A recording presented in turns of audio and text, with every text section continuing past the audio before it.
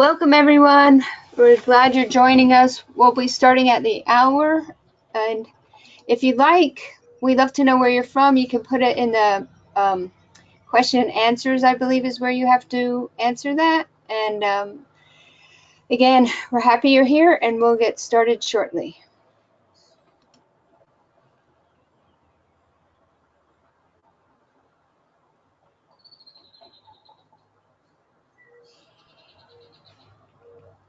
Oh, Florida Parishes Human Services Authority.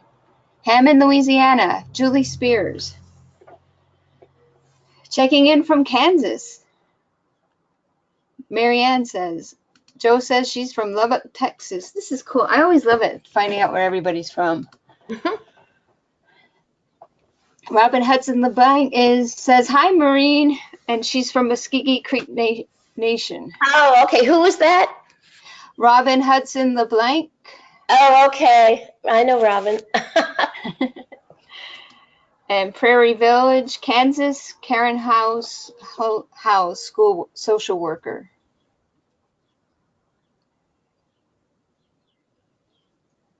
Maureen, you're in Texas now, right? Yep, Dallas. Yeah. And I'm in Wisconsin, so I wonder how many states we're going to get represented. I don't know. We've come a long way since Pennsylvania and New Jersey, haven't we? Yes, we have. Another Mary White from Lubbock, Texas. Yes, we have.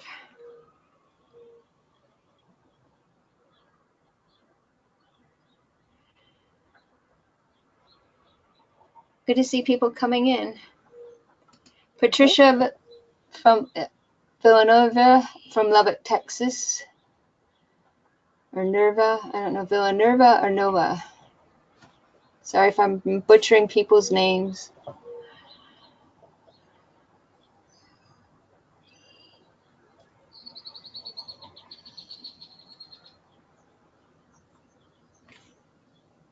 Kalamazoo, Michigan.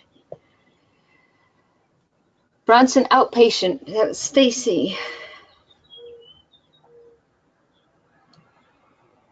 I'm glad so many people are responding and logging in.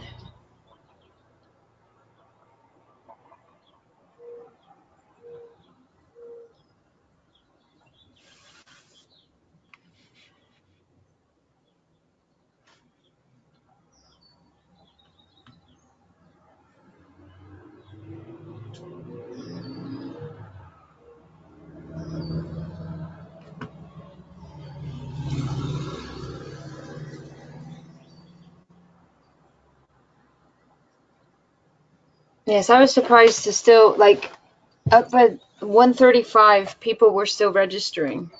I was shocked. Wow. No pressure. All right, so is there a clock on here? I don't see one. No. I'll use my phone. Yeah, I know, that is one thing that I've noticed, and I don't like it. Oh, Phyllis Alongi, clinical director. I bet you know her. I know Phyllis, I sure do. Hi, Phyllis.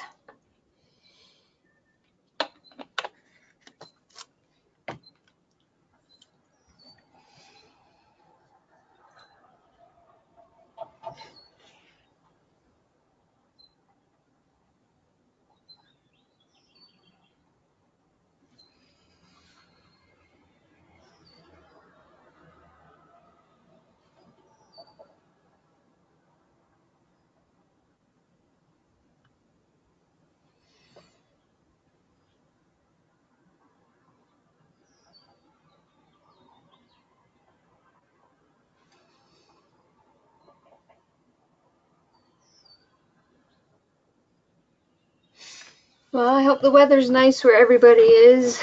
I think the Northeast was having some bad weather. Here in Wisconsin, we are unusually warm, Northeast Wisconsin.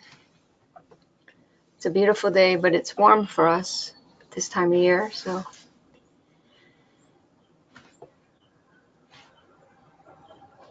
Adrian McCain in Michigan with Hajira, COS Wayne County. I don't know what that is, but I hope I'm sure I'm butchering all these names and places and everything. Are there any slides? Yes, there will be. Which is now actually kind of scaring me. You should be seeing a slide. Everybody should be seeing the slide.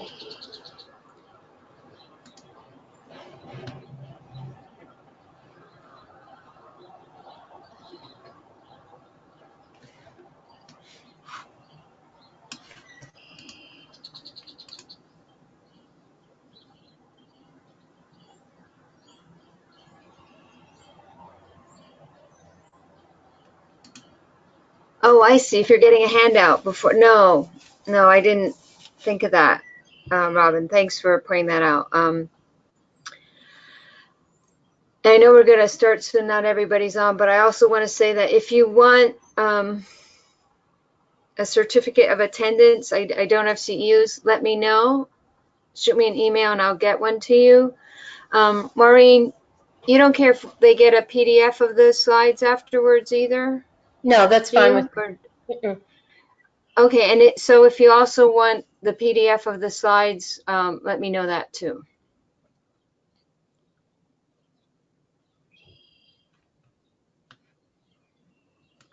Hajir is a mental health community mental health office. I work in the children's outpatient service as a parent support partner. Oh, well, that sounds like something I'd love to hear more about.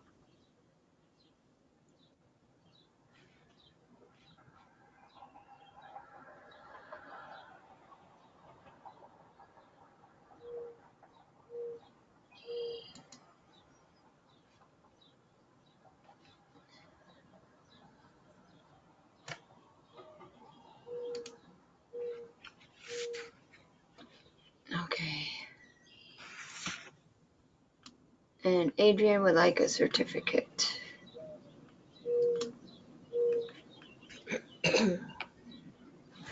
Actually, I'm going to put that in the chat box so I don't forget.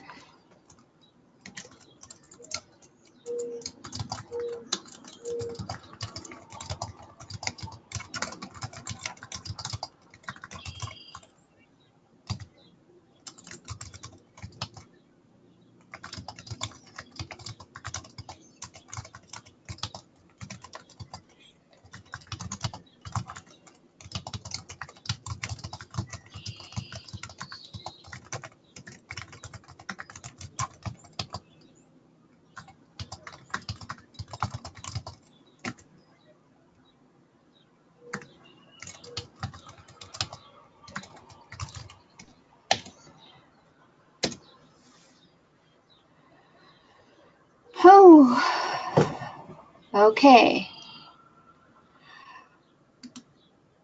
Joe at Star Care. Oh, everybody's wanting a certificate, so good. Glad I remembered to say something. Actually, Robin, thank you for the question, which made me remember this.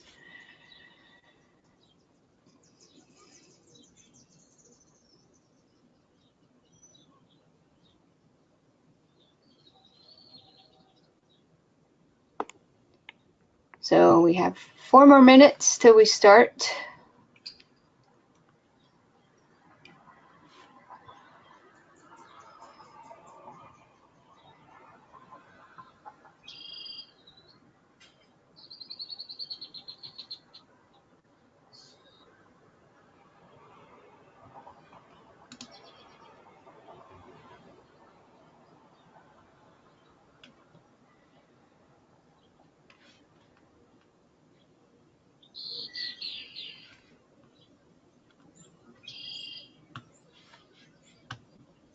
I feel like I should be saying something, but I don't know what to say.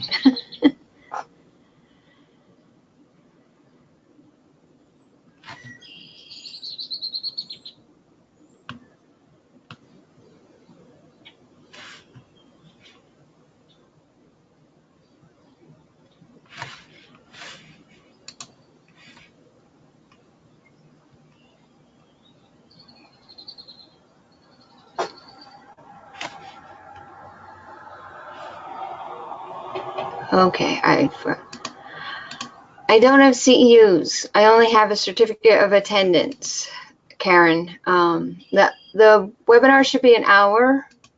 It may go over a little depending on a lot of questions, but that's what we think. Oh, sometimes when I talk, it's muffled like you're too close to the microphone. Okay. I will try to fix that. And again, the webinar will be an hour, but it may run over because of questions and answers. Never thought of that. Put how long it's going to be.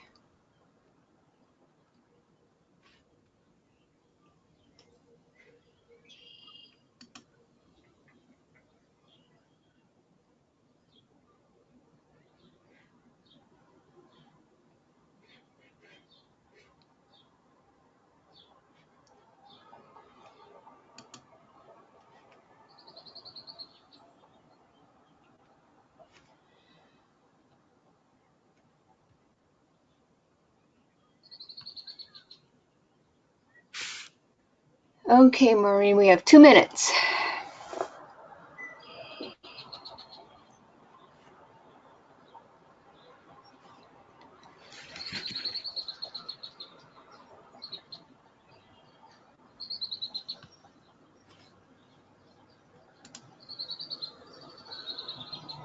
Cynthia Wilson from Behavioral Health Case Manager, participating from Texas Children's Health Plan. We have a good representation from Texas today.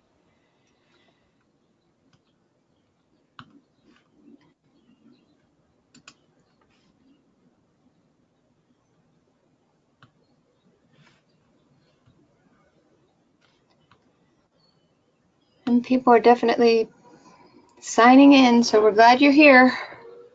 We'll be starting in a minute.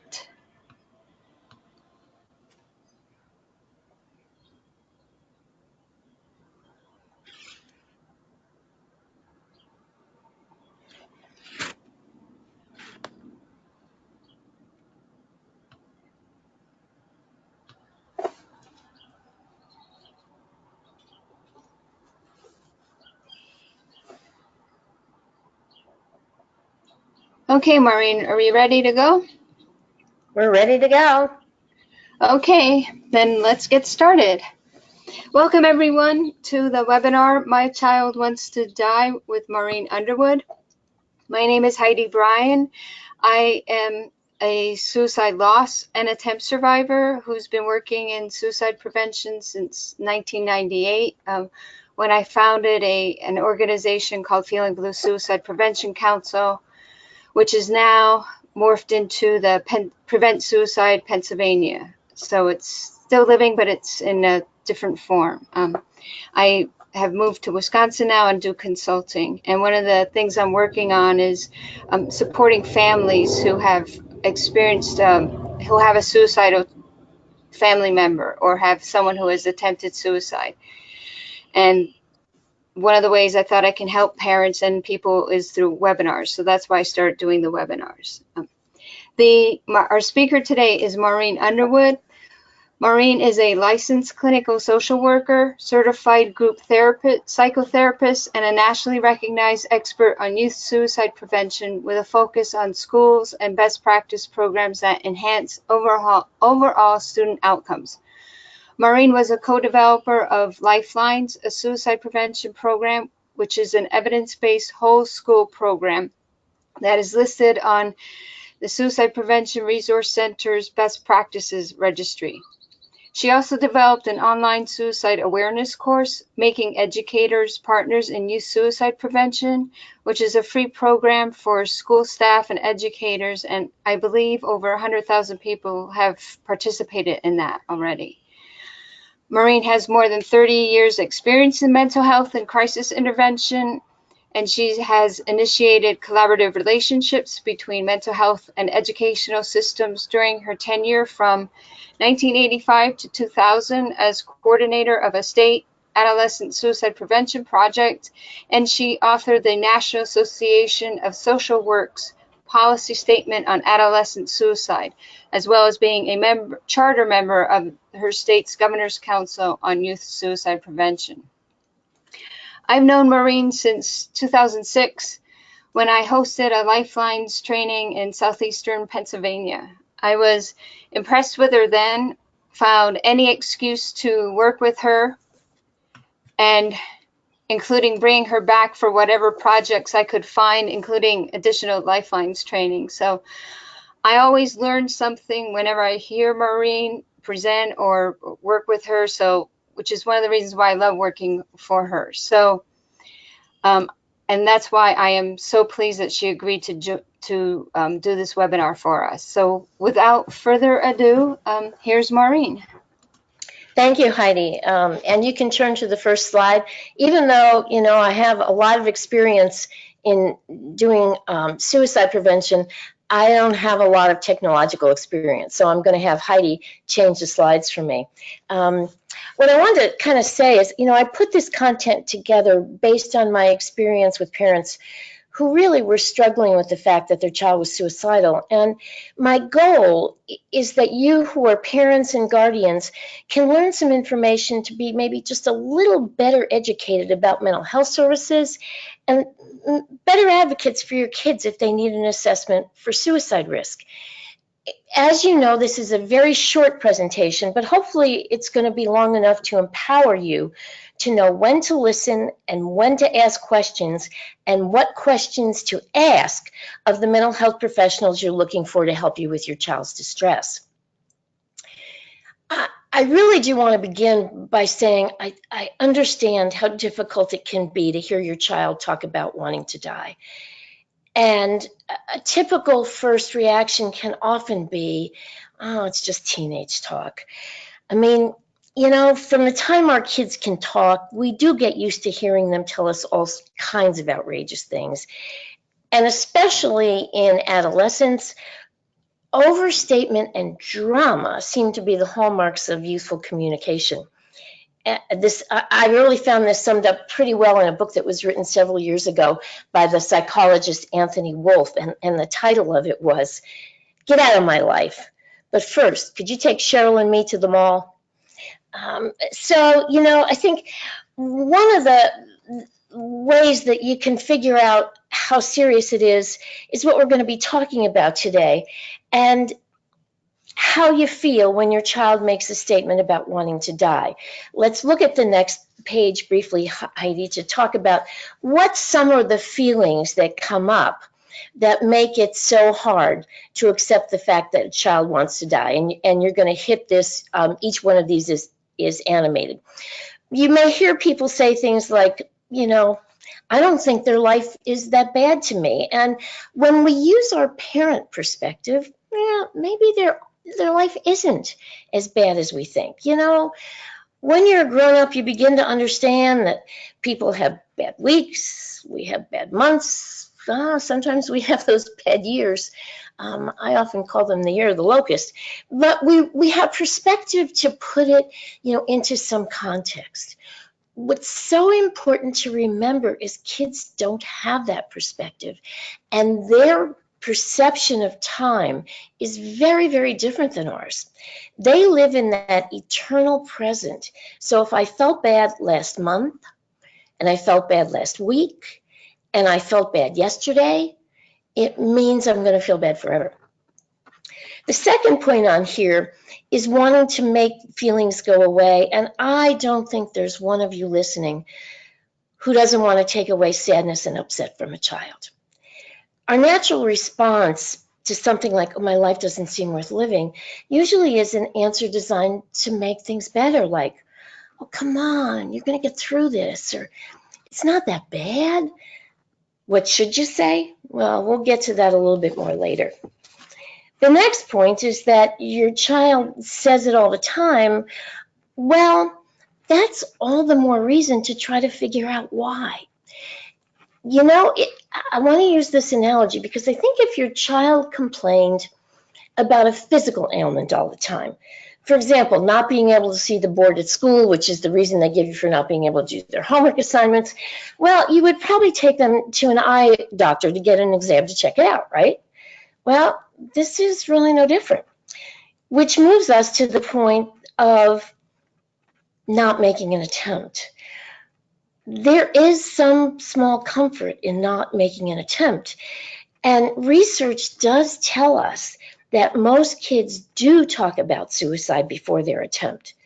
So actually, your child is giving you a golden opportunity to fix something before it's broken. And what I want to move on to the last point, because I think that this is one of the most significant things. It makes me feel like a bad parent. The next slide is just kind of reinforcing that for us.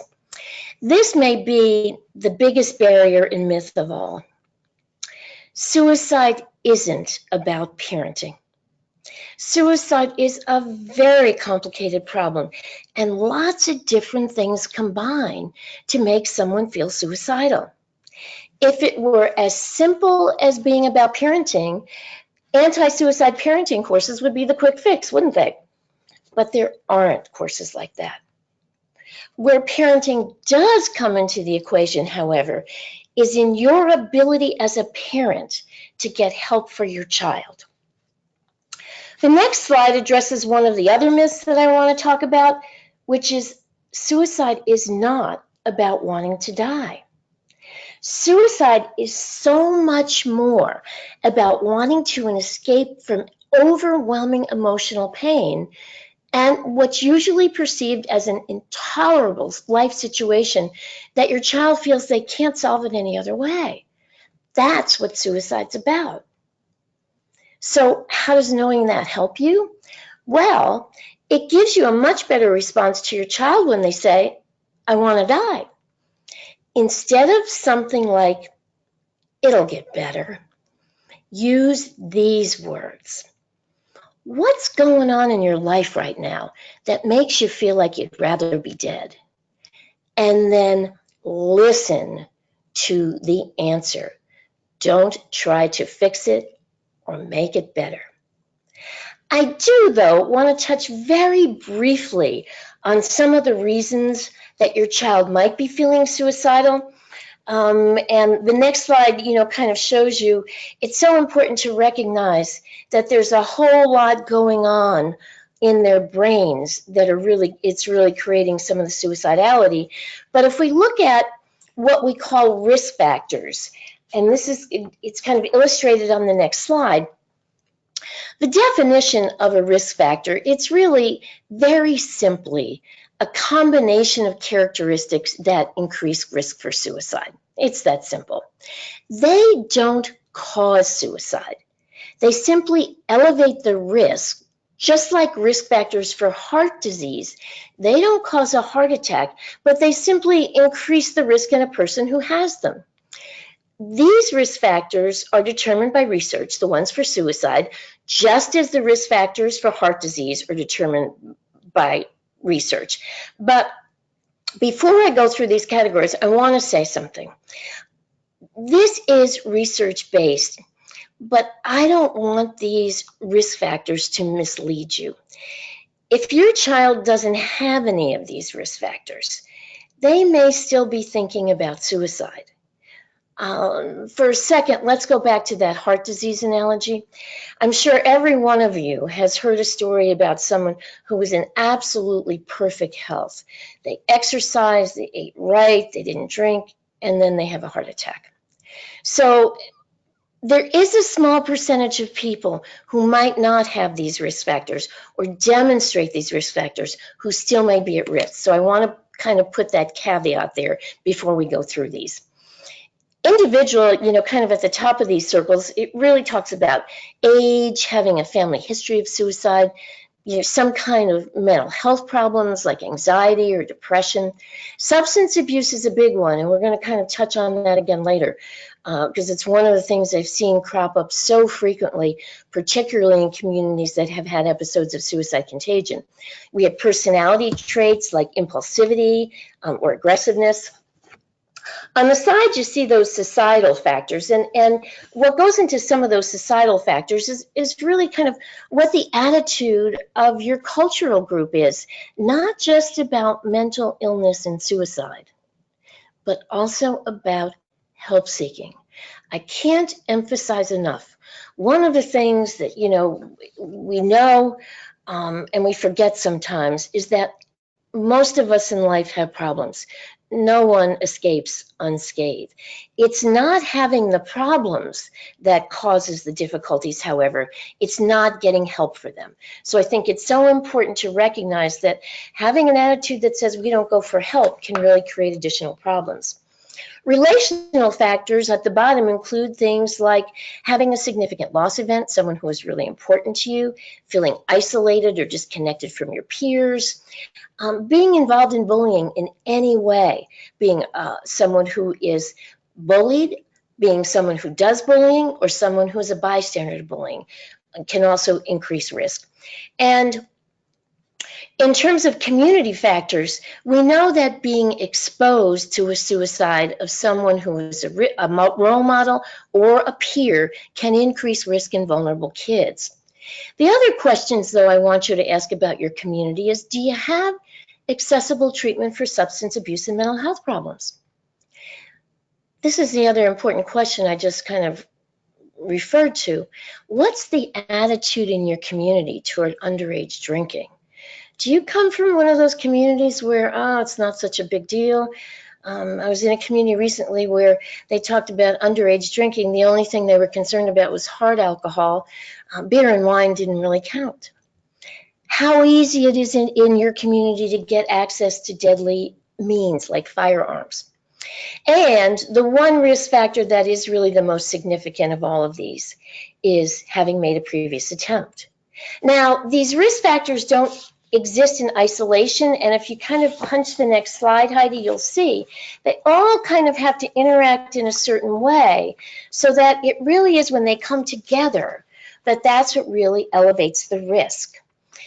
The next slide talks to us a little bit about the warning signs, because even though risk factors are important, what's probably more relevant for you as a parent and what you're probably going to notice more frequently are what we call warning signs, things that you can observe that may signal your child needs an immediate evaluation. We have these organized around the word facts, which stand for feelings, actions, changes, threats, and situations. And again, I'm going to go through these very quickly. For those of you who are interested in more information on this, if you go to the website for the Society for the Prevention of Teen Suicide, you're going to find a lot of handouts on all of this material, so there'll be a lot more information, but I'm going to just go through this pretty quick. Feelings, and again, what I have to say is sometimes your kids aren't talking to you about feelings. So it may be a little hard to determine if they feel hopeless or worthless. You have to read between the lines. Maybe they're anxious or they're worrying or they seem struggling. Actions are, kids being reckless or aggressive when they didn't used to be that way. Or maybe looking online for ways to die, which is one of the reasons you need to be paying attention to what your child is doing online. See your changes, and these may be the easiest thing for all of us to see. Eating, sleeping, mood changes, behavior changes, the way your kids look. And I understand that in adolescence, kids are changing every day. I mean, it's hard to kind of get a handle on this. So what we're talking about here are changes that you may notice over like a 2-week period of time. That's sort of your window to say, you don't just quite seem like yourself. Those threats or kids who may be talking about suicide, writing about it, writing about dying. And again, this may be some of the things that they're writing about online, which are things you need to pay attention to. S are the situations that put your child over the edge. And again, it's important to remember it's their perception of the severity of these situations. Could be getting in trouble at home, at school, or with the law. And for some kids, failing one test is a situation that pushes them over the edge. Or it could be situations that just create a lot of worry and anxiety for them. So what do you do if you see some of these? What do you say? How do you handle it? Let's go to the next page and you can see. The first thing I want to say to you is do not wait and watch. This is where you need to step in and take action. Take a deep breath. Don't think about it, but express your concern. How you can do that is simply something like saying, I'm worried about you. You haven't seen yourself lately. You've been up in the middle of the night, then you can't get out of bed in the morning, even on the weekends. You don't want to spend time with your friends like you used to. You're uninterested in school or sports. And you just look so sad. What's going on? I understand that the tendency to want to make it go away may keep you from having that conversation, but it's really important to say that and explain those reasons. And then you want to listen to your child's response. If they make light of it, you just want to reinforce that you're concerned. And if you get that answer from your kids, which you may get, I don't want to talk about it. It's none of your business. Don't give up. Sometimes it's hard to admit, but we're not always the best listeners. And I think it may be reasonable to say to your kid, look, I haven't always done a great job of listening to you in the past. Maybe sometimes you've minimized their distress, or you've been so preoccupied with your own problems that it was hard for you to listen. Duh. Which one of us hasn't done that? So this is the point to say, you know what, maybe I'm not the best person for you to talk to, because my history maybe would show you that. And even though I want to hear now, maybe you don't believe me. So do you have someone who you could talk to? And you want them to be able to tell you the name of some adult they would go to if they had a problem. And you want to keep paying attention and check back in. And if you're lucky enough to have that kid who does tell you they've got a problem, one of the things that you don't want to do is what we just talked about a little bit ago, automatically fix it. The next page tells us the 3 magic words you want to say, which are tell me more. Our parental tendency is to want to make our kids' pain and sadness go away, so you might have to bite your tongue till it bleeds to keep from doing that. But instead, say these 3 words because they're going to open the door to conversation. Tell me more.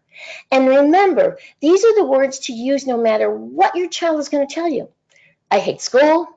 I hate my friends. I hate my life. I hate you. Tell me more.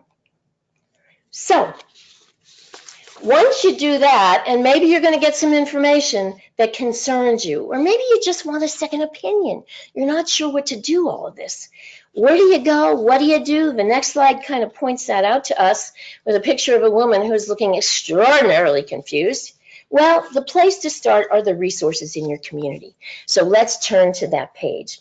For many of us, the primary resource often is the pediatrician or your primary care physician. It's the person you're used to going to the most. But I just kind of want to caution you, while you go to them for physical problems, not all of them had really been trained to know what to do if your child has a mental health problem. It's like you wouldn't go to them if your child had a toothache. You would find a dentist. Maybe you'd ask them to refer you to a dentist, but you wouldn't go to them. So I'm saying to you, you want to go to them and ask for a referral. The other people you could ask for referrals are certainly the counselors in your school.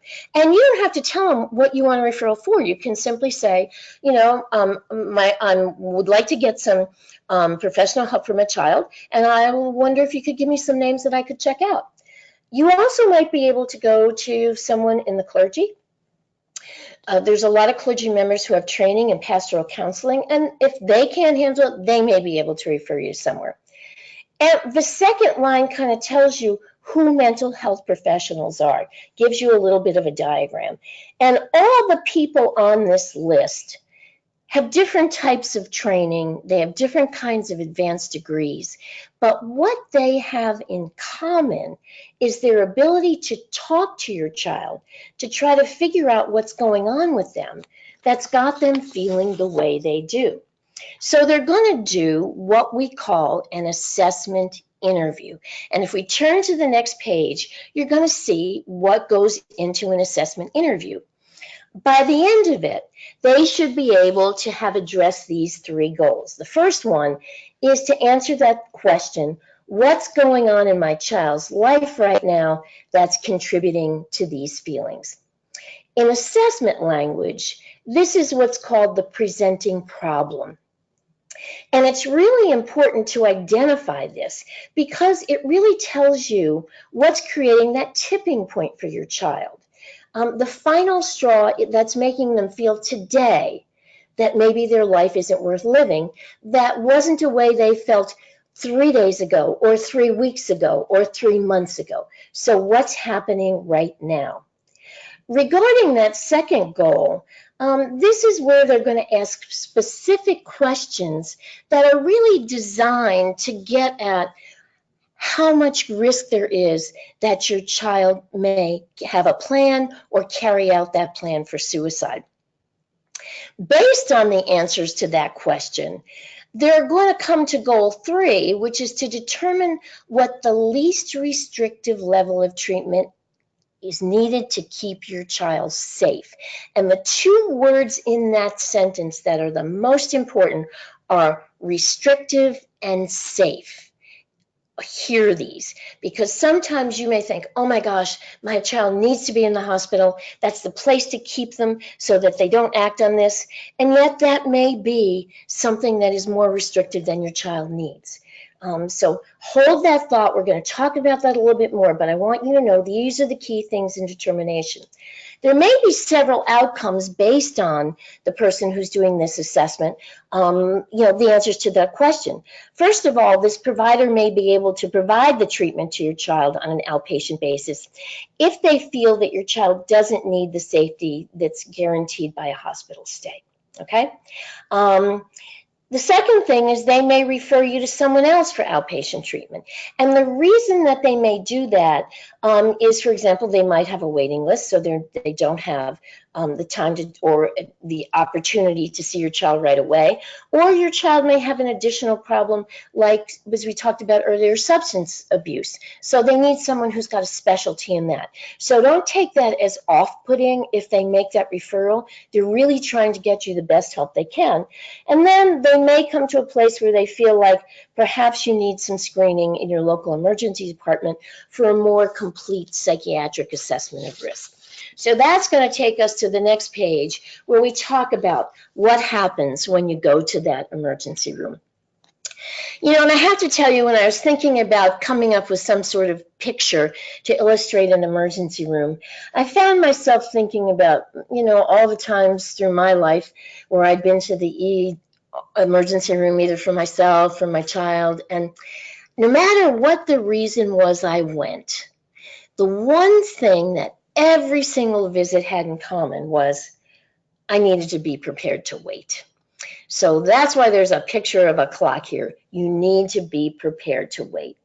And the thing about this is, it may be very disturbing to you. First of all, it may be disturbing to go to the emergency room, but then when you get there, and the reason you're there is that your child is talking about dying, and then you have to sit and wait, it feels like, what is the point of this? You really kind of feel like you want to just get up and leave. It's important to know that there are reasons you may be waiting. First of all, there are some emergency departments that don't have psychiatric staff on hand, so they have to call somebody in to spend some time to talk to you and your child. Or it may be a very small emergency room, or even if it's a big emergency room, there may be a lot of medical emergencies that are going on. So that may be the reason that you have to wait, okay? So I just want to put that out there. And when you're waiting, one of the things, if you have to wait a while, I've heard a lot of parents talk about this. Oftentimes what happens is you get back to that place we talked about earlier where you think about, if I were a good parent, my child would not be in the emergency room thinking about suicide. It's my fault. And I can't underline this enough. Emergency room visits are not supposed to induce guilt. If your child has broken his leg, you wouldn't think twice about going to the emergency room to get the bone set. This is very similar until it's not. Because when you go to get a broken leg fixed, it gets set and it gets done, doesn't it? You just wait for it to heal. A psychiatric problem, it's not like a broken bone. It can't get fixed that quickly. You know, and maybe we need to go back to that heart attack analogy for a second, because if you think about being at risk for suicide, like being at risk for a heart attack, and you go to the emergency department for a heart attack as well, you realize that the process of recovery only begins at the hospital. It goes on for a while after that for a heart attack, doesn't it? You may need surgery, may need medication management, diet, rehabilitation, physical therapy. So you want to be prepared for the long haul. What you are going to get, though, in that one visit is information that's going to help determine what your child's level of risk is and what the best plan is to help them. So let's talk about on the next page what the questions are that are going to come up in that emergency assessment. The first one is, does your child have intrusive thoughts of dying or harming themselves, but doesn't intend to do anything? The important word, and that's the two important things in that sentence. One are intrusive thoughts. And as you know, intrusive means you can't get them out of your head. Your kid is sitting in algebra and she can't concentrate on algebra. All she can think of, she wishes you were dead. Your son is in the outfield waiting to catch a fly ball, and he's not thinking about baseball at all. He's thinking about what's the point of life. So that's what those intrusive thoughts mean. But they're just thinking it. There's not any kind of plan in action. The second thing that they're going to want to find out is if there's a plan. And the next thing is, your child put that plan into action? Have they got the means to carry it out? Or have they actually rehearsed it and maybe they've made an attempt? Or are they acting so impulsively that the person who's talking to them feels like they may act on that plan? Now, the other thing I want to say here about this assessment to you, again, as a parent, try not to feel guilty if your child tells strangers things that you don't know, because you may not know any of this information. Your child may be trying to protect you by not telling you. They may be worried. Maybe they think they're going to disappoint you or they're going to make you angry. They may be too scared to tell you. They may even be too scared to tell themselves. Telling a stranger with whom you have absolutely no emotional connection is often easier than talking with someone you know. So the next slide is coming back to you. Because what are you going to do if they say to you, your child has a plan and we need to consider hospitalization? The first thing you're going to do is take a deep breath. Even if you kind of think this is where it was going, or you kind of think this is the best thing, it can be very, very unsettling. So take that deep breath and try to remember, this isn't about your parenting. Put this in your head. This conversation isn't about you. It's about your child. And it's critically important for you to listen to what you're being told. If it feels too much, excuse yourself right in the beginning. If you feel like you got to fall apart, and go to the hospital restroom. Now, finding a hospital restroom is going to take you a few minutes, so you're going to have a couple minutes to find it. Spend a couple of minutes inside, kind of pulling yourself together, throw some water on your face, and come back out, and be prepared to write down all the relevant information, including the names of all the doctors that you're talking with. The next part comes to what we talked about before, is again, prepare yourself to wait. Your hospital needs to find a bed for your child. And it may be that they have to wait until there's something available in their hospital. Sometimes they may have to send your child someplace else. So in the meantime, what you want to do is really support the decision with your child. Sometimes this is hard because it could be the last thing in the world that they want to do. And it's important to validate. I know you don't think this is something you need. And I'm not sure, which is why I need to get this other information. Because I need to be a good parent and I need to make sure that you are safe and give yourself, both of you, credit for doing the right thing.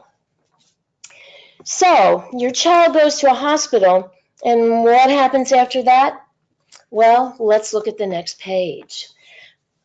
A mother that I knew whose child had been hospitalized and he had made a fairly serious suicide attempt, she once told me, putting your child in the hospital isn't like going to a car wash. They don't come out all shiny and fixed on the other side. The hospital is only a step in the process. And sometimes I think discharge is harder for parents than it is for kids. At least when they're in the hospital, you could feel like they were safe. But once they're discharged, that responsibility falls back on you again, doesn't it? So again, the place to start is with you. And this is a little bit different. You've got to take care of yourself before you can take care of your child. And that caretaking starts the minute your child is admitted to the hospital. You've got to figure out what are you going to do, because this is a time that's going to be extraordinarily stressful and you're going to have a lot of worries. You got to find out what your coping techniques are. Exercise, prayer, talking with a friend. And this may be hard to hear, but if you have people in your life who can't understand what you and your family have done or what you're going through, take a vacation from them. You do not need negative Nellies whispering unsupported things in your ear. And following the discharge recommendations are also going to help, even if you don't completely understand them at first. You may hear words like PHP, or IOP. These stand for Partial Hospital Program or Intensive Outpatient Program. And these are simply places your child will go for a big chunk of the day for a variety of therapeutic activities. And don't be afraid to ask questions about anything you don't understand. So what do you need to do on the next page to be part of your child's recovery plan? Well, the first thing you need to do is make a list of their medications and the dosages, the time of the day they need to take them. And, this is where, you've seen those cheesy pill containers in the drugstore. I got to tell you, I think having one of those with the days of the week on it and the pills put in the proper places can make this so much easier, because you think you got it at first, but it can get a little bit confusing. And you want to make sure you update all of this when the medications are changed. You want to ask for written information about possible medication side effects. Usually you're going to get this when you go get prescription fills, but you want to read it and you want to watch for these side effects. And if you notice anything, you want to call your doctor immediately. Do not worry about overreacting. You need to take every potential side effect very seriously. You also want to pay attention to what those symptoms were that kind of got your concern in the beginning, or others that you see after, and you really want to keep a list of them. And, this could be helpful, again, to have that little calendar where you list what you see each day, because as I said before, your child's not going to come out all fixed, and those symptoms may last for a while. And it's a good idea to begin to get a sense when they start to diminish. So if you're keeping a little calendar and you're writing down, today I saw these 4 things, tomorrow I'm seeing these 3 things. You can have a better measure to know when the medication and the treatment might be effective. It's important to really communicate with your child and don't dismiss things they say or they do that worry you. Listen to them. And one of the things that may come up in your communication, and this comes up all the time, and this is really challenging, is often when a child's discharged from the hospital, parents feel very overprotective. It's like, oh my gosh, I got to watch everything because, I got to keep you safe. And sometimes kids can feel like they're in a cage. And I would suggest to you, when you're discharged from a hospital, you really, really need to have outpatient treatment. You got to have follow-up. And the next thing is you got to keep those appointments. And one of the things I would really encourage you to talk about at those appointments, I think you need to go in with your child, perhaps at the first appointment, maybe at the second, to have them talk about how that you can be helpful to them. This isn't just your interpretation of what help would look like. They need to begin to hear they have a voice, that they've got some say in what will help them feel safe. And you're going to do that with someone else, an objective outsider, that will really kind of address questions about treatment and safety planning for all of you. Okay, and the next slide is very, very clear. You want to make sure that what you do is lock up anything your child could use for self-harm. I know a lot of you come from states that have pretty liberal gun laws, and I want you to know this does not mean that you throw your guns away. It just means you lock them up, you put a gun lock on, or you let somebody else keep them until the risk has passed. This is again about time. Sometimes you got to be patient, and I'll tell you, at the end of the day, waiting a couple months to get your guns back is just a whole lot easier than feeling like you wish you had because your child does something that's not very safe. And medications include prescription medications as well as over-the-counter medications. You just want to make sure that those are just not accessible for your child. When your child does get discharged, the other question you're going to have is often about finding the right outpatient care. You may get referred to someone, and maybe it works, maybe it doesn't. You may not get referred. And I think that for lots of parents, this is a really kind of stumbling block. The burden does fall on you again, but think about it this way if you can.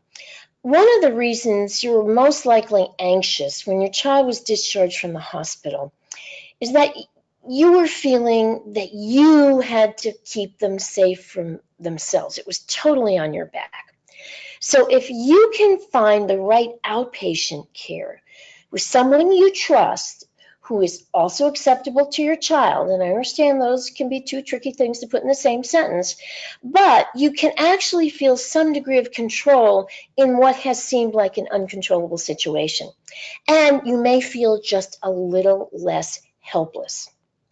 So, as all of you know, I'm very sure, is that first frustrating step is to look at your insurance network to find the names of professionals who are in your network. And hopefully you can identify a few, because the next page is going to tell us some of the questions it's really important to ask them to see if they're going to be a good fit for you and your child. So let's take a look at these questions. The first thing that you want to ask them is what their experience is in treating children who are at risk for suicide. And this is on the next page, Heidi. And you don't want to just ask them treating children in general. You want to ask them treating children who are your child's age. There's a way big difference in treating a child who's 12 than treating a child who's 16 or 18. You want to find out what their treatment approach is and if it's based on research. The answers you're looking for to this question are something like, I use cognitive behavioral techniques or dialectic behavioral therapy. Those are things that have evaluation and research that have shown them to be effective. How long do you expect treatment to last is another question, and I have to tell you, the best answer to that question is I don't know. Until they do an evaluation of your child, they don't have a clue of how long treatment's going to last. So if you have someone who says, well, it's probably going to be 3 to 6 months, I'd probably cross that person off my list right away. All right? Do you involve the family in therapy, and how do you do that? As I just mentioned, my perception is that families are a really important part of the safety net for kids. That does not mean you go to every session with your child, that you go even to every other session with your child. But I think every now and then there needs to be a check-in where everybody talks about what's going on and how everyone's feeling. And if the person you talk to doesn't want to do that, they just need to explain to you why their approach is different. If your child needs accommodations for school, will they help you do that? If they need a 504, if they need to, for example, come into school late because they're having trouble getting up in the morning, if they need their medications managed, will this person kind of be the advocate for your child so you don't have to jump into that role? This next one is something that kids have told me all the time, and that's the reason I have it. Do they have some way that they can address privacy issues in their waiting room so your child does not have to unexpectedly run into some of his or her peers? I've had so many kids tell me that one of the reasons that they're reluctant to go to therapy or they choose not to is they don't want anyone they know to see them in a therapist or counselor's office. So I think that's an important question to ask. And oftentimes it's as simple as people come in one door, they go in another door, I schedule appointments, I stagger the scheduling, I don't schedule kids from the same school together. Whatever it is, you need to be sure that this is going to be safe for your child. And the final question is, do you use safety planning with your clients? And if not, why not? Safety planning, and that's kind of on our next page, is another one of those things that in the last 10 years or so has really become a standard of care for the treatment of people who are struggling with suicide. And I'm not going to go into all the details, but basically it's a series of steps that your child and their therapist will kind of develop collaboratively together so that your child has an active role in his or her treatment. Because if they feel like they've got a role in it, they're much more likely to stay engaged. Your child's going to come up with some specific strategies they can use to deal with distress. They're going to identify activities, people they can use as distractions, and they're going to come up with resources for when they just can't manage stress themselves. This is a written plan, and again, if you've got someone who doesn't use it, you really want to know why not, because it really, as I said, is the current standard of care of treatment for people who are suicidal. Sometimes, as the next page is going to show you, there's questions about medications. And many times, medication is used to help control some of the symptoms your child may be experiencing as part of their treatment plan, really.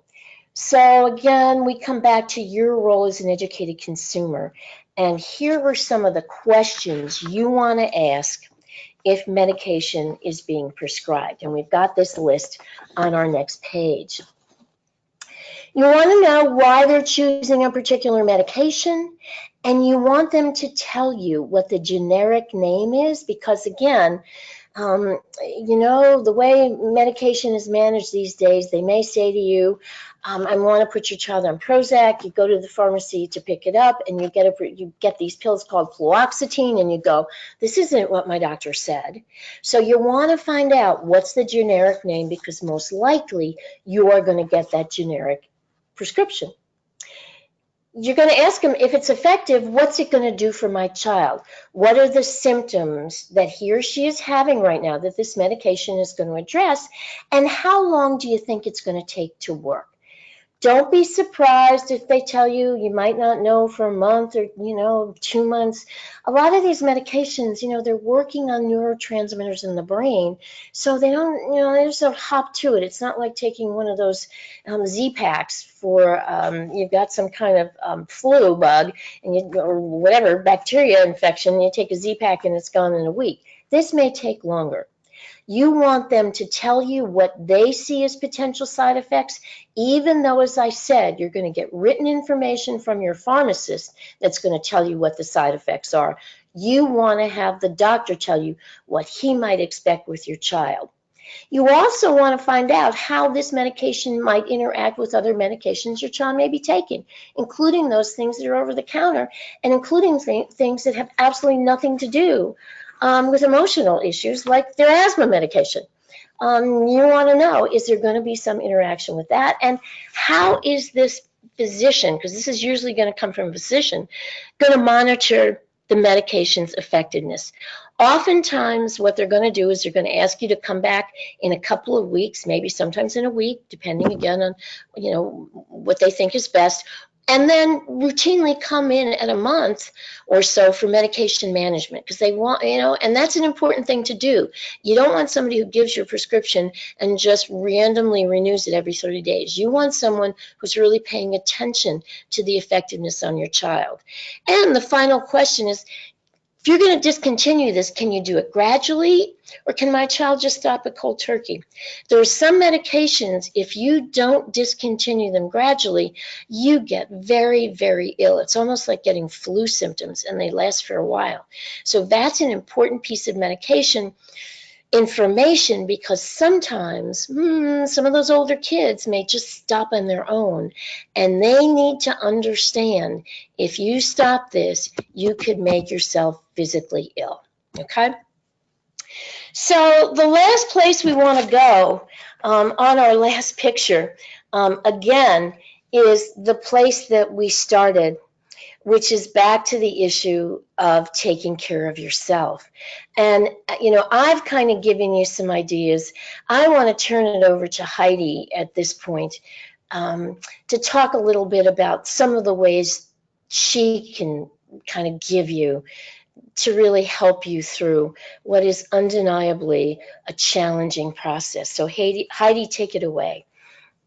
Hi, Maureen. Thanks. And we do have quite a few questions, so I won't be talking as long as I can on this. But I do want to say that self-care is so important for everyone, for the entire family during this time, and it's important to find friends you can trust, or a clergy, or someone you trust, maybe a sister, sibling, who you can talk to about this, because letting it fester inside is just going to make things worse. It's not going to be helpful. It needs to, this whole event is traumatic, and it needs to be, light needs to shine on it, and you need to talk about it with someone. You also need to, most people feel overwhelmed and stressed and think, I don't have time to go for a massage, or I don't have time to, buy myself flowers or something. But that's exactly when you need to do it the most, is during that time. Everything can wait for an hour, and especially body work. A massage is extremely helpful and therapeutic during high stress times like this. It's I don't know. I'm right now, of course, I'm blanking, and I think part of that is because I want to get to the questions. But yeah, self-care is just so important. And I know for myself, I've had some traumatic events, and I would routinely forget about self-care, and then I would find myself just empty and burned out, and just in this horrible place. And then I realized I hadn't taken care of myself. And I think it's Mother Teresa said, you have to keep putting oil in the lantern in order for it to burn. And so don't forget to put oil in your lantern. And also, you're not going to be as effective helping the other family members if you're not taking care of yourself. It's like the airplane, that you take, you get the oxygen for yourself first before you give the oxygen to your loved ones. And it's the same thing here. So I want to get to the questions. Our first question was from Jordan. As a professional, how can we express to parents and schools the importance of taking kids seriously when they make several, and she has in quotes, threats of suicide? Boy, you're not asking easy questions, are you? I think people have to be educated, and I think, the reasons that we talked about at the beginning of this webinar, Jordan, about why people they just don't want to hear it, because it's frightening. They can feel guilty, they can feel overwhelmed, and so I think that education is really the key. And, one of the other programs that I do routinely are programs in schools and programs with parents that address the very issues we talked about today and give them an opportunity to talk about why this is such a hard topic and what do they do? Because I think the other piece of it is you may hear your child talk about it and you have not a clue where you go or what you do. So providing that additional information, information is power. And I think sometimes we make assumptions that people know what to do about suicide, and I think they have no idea. So the more education you can do, I think the better you're going to be able to address that. Okay, thanks. That from Kimberly says, no questions, but I think it's critical to emphasize that children as young as 5 can experience wanting to die. Too many parents and school workers presume that younger kids don't mean it. And that's absolutely true. Absolutely true. And I will say to you, several years ago, I had written with John Califat the Lifelines curriculum, which was for 7th to 10th graders. We've just revised that, and we have a curriculum in for 5th and 6th graders because we know we have to talk about suicide in classrooms as early as 5th and 6th grade. So you're absolutely right. You got to pay attention even to those younger kids. Yeah, and I know for myself, I didn't. I wanted to leave, and the only way at a very young age, and so the only way for me to leave my circumstances was to die. So I wanted to die at a very young age. So yeah, thanks for pointing that out. Marlena asks, what are your thoughts on parents being present or not present during the assessment interview? Again, these are just my thoughts. These are not, anything that's sort of been investigated or evaluated. What I think in an assessment interview, the way I always like to do those was there would be part I would do with the child, part I would do with the parents, and then at the end I would bring everybody together and we would talk together about what the plan was based on the information. And I was very clear, I didn't want to have information that I couldn't share. So I didn't want parents telling me secrets about anything. It was all fair game, but I needed to just provide a place where I could listen to them with my full attention. I could listen to my child with their full attention and then bring them back as a family because I believe the support is in the family most of the time, and address it, in that way. Okay, yeah, I agree too, for whatever that's worth. What Marnie asks, what do I do if I don't want to go to an ER, but I want to help my child while waiting the 2 months or more to get into a therapist? That's a tricky question, because it really depends on the level of risk for your child. That's the question. If the you're taking your child to an emergency department because you really are worried that they could be at imminent risk for suicide. So that's the story. If you're feeling like they're at imminent risk, there may be some people and places in the community that have mobile outreach where you don't have to go to an emergency department. You can get that done. Some places have mobile outreach that goes to schools and goes to homes. So that may be another way to get that evaluation. But I'd encourage you, to get an assessment quickly, and when you get that assessment, I think you could raise that question with whomever is doing that. And a lot of ministers and religious leaders also have counseling backgrounds too, so that might be an option until you can get to see someone, a professional. So Donald asks, how does a parent best deal with the teen that doesn't want to talk, but you sense there is something wrong? Oh, that's the common teenage dilemma. And one of the things, I'll share my own story. I'm a social worker. I made my living doing counseling. My son didn't talk to me, but I knew he had somebody else he talked to. And I had to suck it up and realize, you know what, maybe for whatever reason, I wasn't the right person. So that's why I think we say, ask your child, who can they talk to if they can't talk to you? You really want them to be able to name another trusted adult. And maybe it's a neighbor, maybe it's a clergy person, maybe it's an older brother or sister, an aunt, the mother of one of their friends.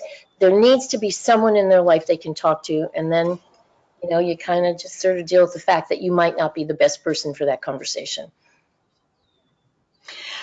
I hope you don't mind, but one bit of advice that I was given is if, and this was with a teenage son, he said what he found out helped is, and he was told this, if your child doesn't want to talk to you, go like fishing or do some kind of activity, go for a walk, and don't say a word. Don't talk at all. And eventually it'll bother the child more than it will you. And so they'll start talking. And he said he tried it and it worked. So that's another, I don't know, I just always thought that was interesting. Or the other question is that he has is, what do you do if there is clearly some problem, but your team adamantly refuses to go to a counselor? Well, again, it depends how old your child is. You are the parent and you have responsibility. And, oftentimes, I mean, this, I'm not saying this is it's an example for other therapists to do. But what I would often do is, I'd say to the parents, hey, promise your kid you're going to give them something to come and talk to me once. All I needed was for that child to come to my office once. That was the parent's responsibility. After that, it became my responsibility as a therapist to keep that child engaged. So they would bribe them. I remember one kid got $25 to come, and he came. It took him 15 minutes before he said anything, but then he started talking, and he agreed to come back. So again, because it's the therapist's responsibility. Therapists are trained to try to get people who don't want to talk. So, you use whatever tools you can as a parent to, try to get them in the door and let the therapist keep them in the door. Okay, thanks. Laura asks, how do I handle when I ask questions and my son just says, I don't know? Sometimes I'd say, what, I guess I'm not really asking the right questions. What are some of the things that I could ask you that you might know about? Because it sounds like this is not a topic you want to discuss. And I've often found that sometimes we're so myopic in our vision, we want to talk about one thing, and kids are not just there. And you get what you can. I think going back to what Heidi said earlier, sometimes you pick your time. I know there are some times I get more information than I get other information, and I know sometimes I have to sneak my way into it. I gotta go to the Avengers movie this weekend with my grandson because I know he's got something to talk about, and that's where we're going to talk about it. Is when we're sitting and talking about the movie. So you're using your creative skills and acknowledging, boy, I'm not doing a good job of this. Sometimes, your kids will help you if you admit that you're, a little incompetent at some of this stuff. But, I don't want to say to you, oh, that's a, Reader's Digest perfect answer. It's kind of some of the stuff I've tried. That's good, though. I think it's helpful. I know we're reaching the top of the hour, so we've had a couple questions about the webinar. Yes, it is being recorded. A link will be sent afterwards, and it will be on my website, so there will be access to it afterwards. I just want to add that. We do have a few more questions. I don't know if we want to continue until we're done, or... I guess we can ask people, and then if people want to leave, that's certainly fine. Yeah, okay, so let's just keep going. Anna asks, how to help a parent understand the difference between cutting and suicide? Actually, I'm going to be doing a blog post on that tomorrow, so... There you go, that's your question, Heidi. Yeah, well, I mean, you just have to explain to them that, the cutting is more of a coping mechanism. And yes, they can be suicidal while they cut, but it tends to be more of a coping mechanism and self-soothing. Whereas the suicide, they have the intent to end their pain and to die is their understanding of it. So, I mean, honestly, that could be a whole other hour talking about that. So, Adrian asks, you don't want to embarrass the child or have the family or friends discussing it at the home, so when the child comes around, they are on watch mode and center of attention. That I'm not sure I understand, Adrian. If you're here, maybe I should unmute you. And she's not, so okay. Yeah, I'm not sure what she was asking. Is telling a child suicide is selfish? I guess the question is, should you say that? I don't think it's ever helpful to tell somebody that they're selfish. And again, some of what that gets to is the Oh, okay. motivation that a Sorry, child. Oh, I'm sorry, I just saw her correction. She said, correction, is telling a child suicide is selfish appropriate? I would answer that no.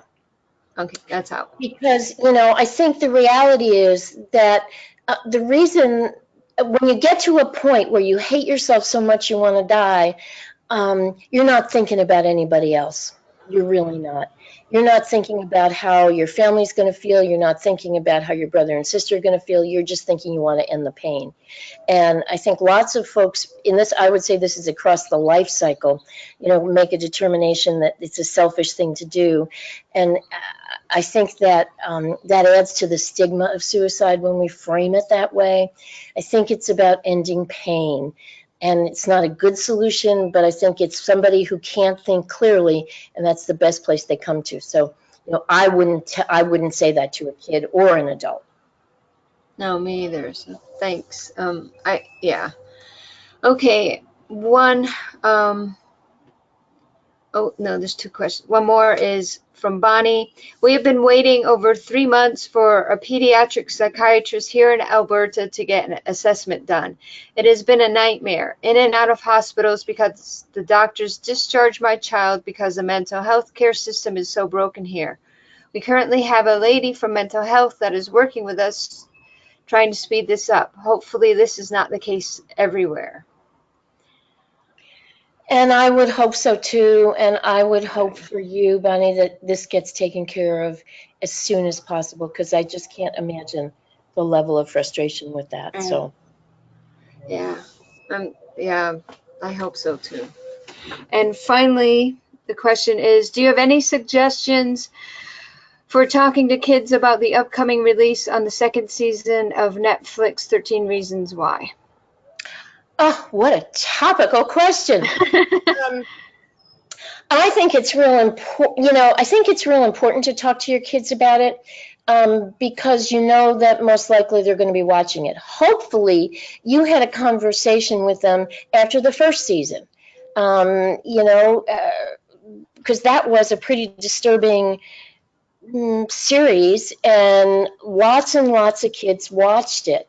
I think one of the things you can do, there are going to be several guides online, because this is a significant question, and I don't want to give it short shrift. And you want to take a look at some of the recommendations that are there. They're all in places where you can easily have access to them. All you want to do is Google guidelines for talking about 13 Reasons Why, and you will come up with all kinds of wonderful information that will be targeted to the age of your child. And in particular, if you look at some of the educational sites that address it, you'll get an idea once it's out what the themes are, because this isn't just about suicide, it's about a lot of other distressing things for adolescent years.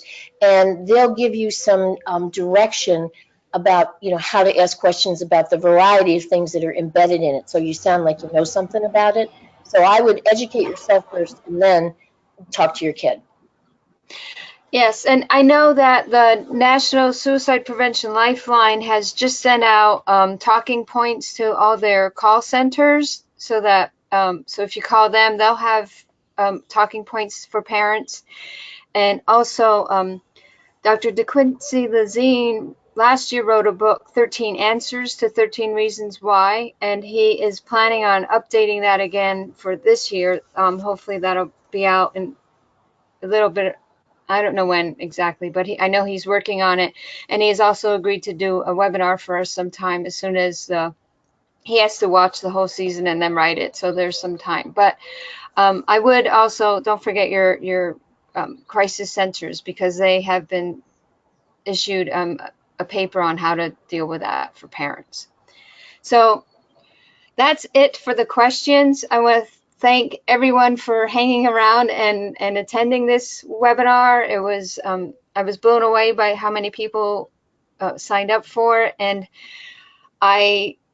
Maureen, I can't thank you enough. Again, I was taking notes and writing all things down that I just thought were so great. It was just a great webinar, and I really appreciate you doing this. And I know It was my you've pleasure. helped a lot of people. Okay, thank you, everybody. Bye-bye.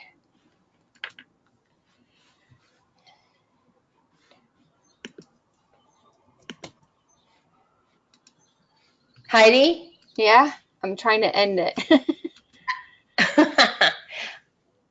Okay, I'll be quitting it now.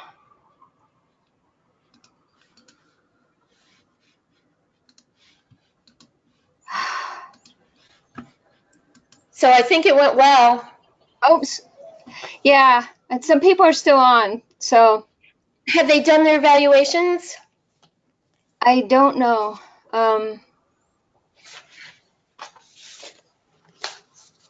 And I'm just waiting for most of the people to sign off. I don't know if they got it for sure, so.